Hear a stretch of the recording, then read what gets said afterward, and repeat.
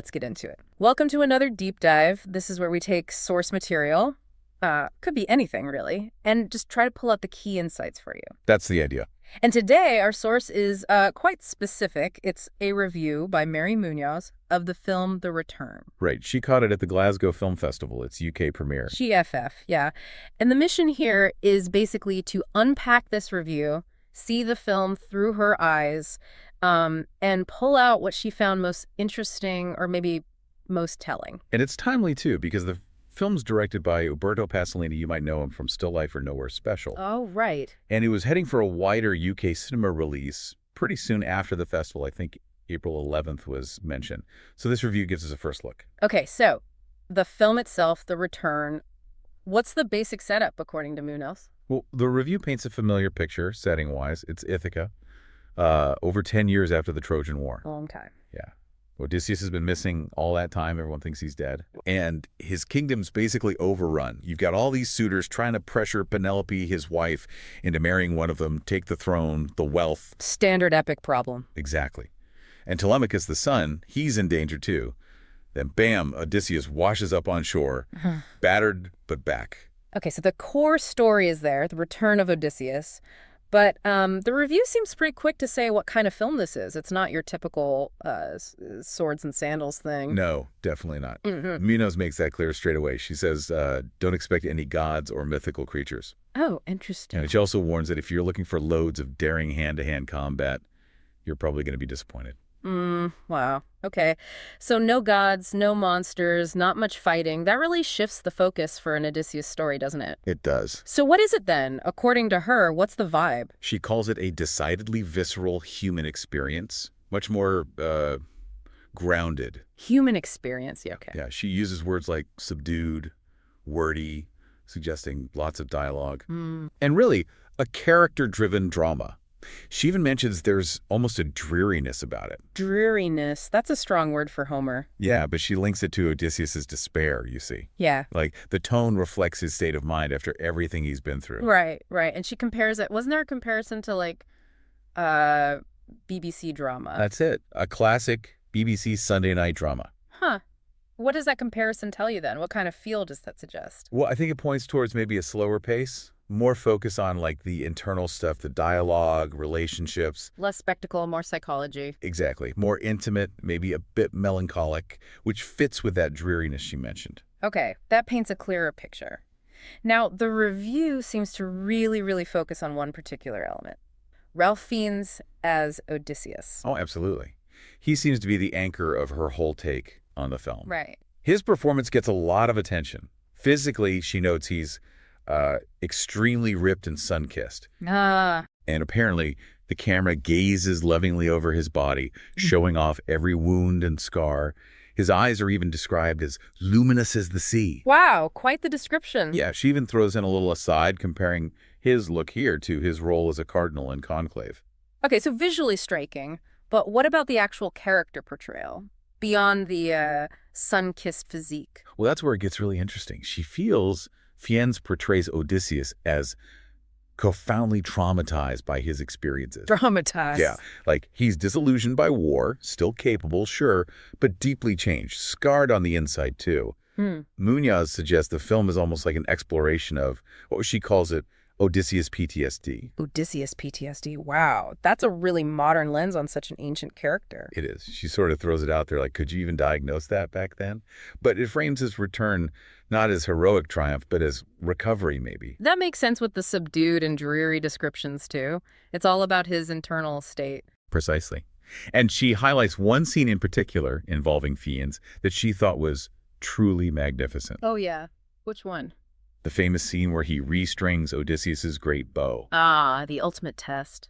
How does she describe that moment? She talks about his dominant, hypermasculine archer's stance and how the camera lets you see every sinew tense up. Intense. Yeah, it really emphasizes the physicality, the idea that the fate of his kingdom relies on his prowess in that single moment.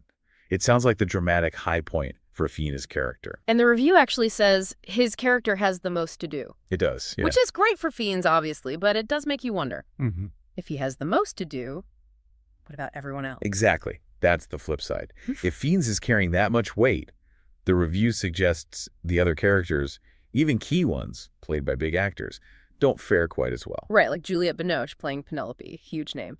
But sounds like the role maybe wasn't quite what you would expect. Woefully underused is the phrase Munoz uses. Yeah. She says Binoche looks great, mentions her kohl-rimmed eyes by the firelight. Very evocative. Okay. But she apparently has so little screen time with Fiennes Odysseus. Really? But their reunion is like the whole point. You'd think. But the review says because of that lack of shared screen time, we never get a sense of Penelope and Odysseus's great love story, even though their chemistry, when they are together, is supposedly palpable. That feels like a massive missed opportunity then. It sounds like it. The reviewer also adds that Penelope mostly exists and speaks in relation to the chorus of men, the suitors, which she argues kind of stagnates and flattens any sense of who the character is. Even her weaving and unpicking at the loom, that famous motif, is apparently mentioned but feels underdeveloped. So Binoche might be doing great work, but the script or the focus just isn't there for Penelope? That seems to be the implication. Yeah. And it's a similar story for Telemachus, the son. Played by Charlie Plummer. What's the verdict there? Pretty brief mention, actually, just that he doesn't get much character development. Yeah. His arc is apparently just. Refusing to believe it's Odysseus at first, then accepting him pretty quickly. Not much depth explored there, according to the review. And the villains, the suitors causing all the trouble. They're led by Antunes, played by Marwan Kenzari. But the review describes them mainly just lazing around the palace, thinking of new ways to get Penelope or get rid of Telemachus. Right. And ultimately calls them interchangeable. Interchangeable suitors. Not ideal. So it really does sound like Fiennes is the standout, but maybe the ensemble around him feels a bit thin based on this review? That's definitely the impression you get. Okay, let's switch gears a bit. What about how the film looks? Aesthetics. Did the reviewer have anything positive there? Because the setting, Ithaca, is usually pretty stunning. Yes, absolutely. Despite the criticisms about the script and supporting roles, Munoz does say the film is beautiful to look at. Good. She specifically mentions the crystal clear waters and says they will have you longing to book a holiday. Huh. Okay, so the Greek island visuals deliver. Seems so. And she also describes the palace interior, saying it's entirely lit by firelight. Ooh, atmospheric. Yeah, but what's interesting is how she interprets that. She says the firelight, while maybe beautiful, also makes the palace feel shadowy and untrustworthy, even during the day.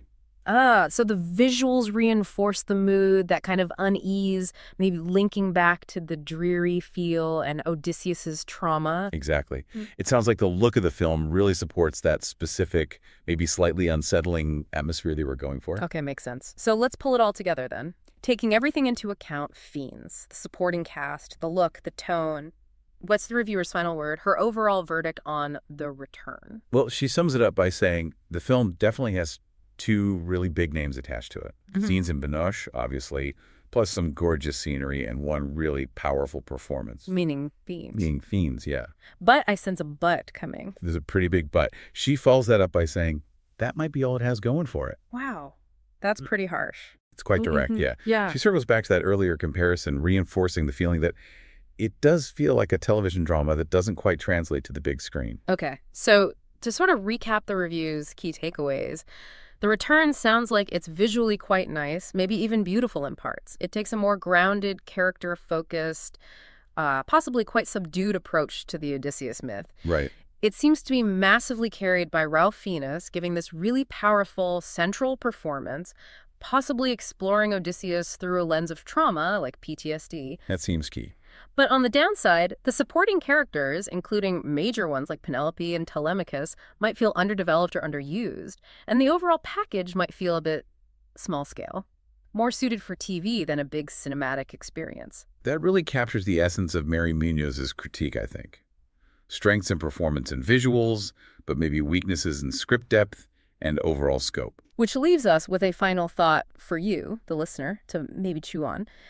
Based on this dive into the review, how does really digging deep into one character's internal struggle, framing Odysseus through something like PTSD, change how we see not just the hero, but the whole epic story itself? Yeah, it definitely shifts the focus from external deeds to internal consequences, doesn't it? It makes you think about these, mythical legends, not just as archetypes, but as So what? people, maybe even broken people, something to consider if you decide to check out the film.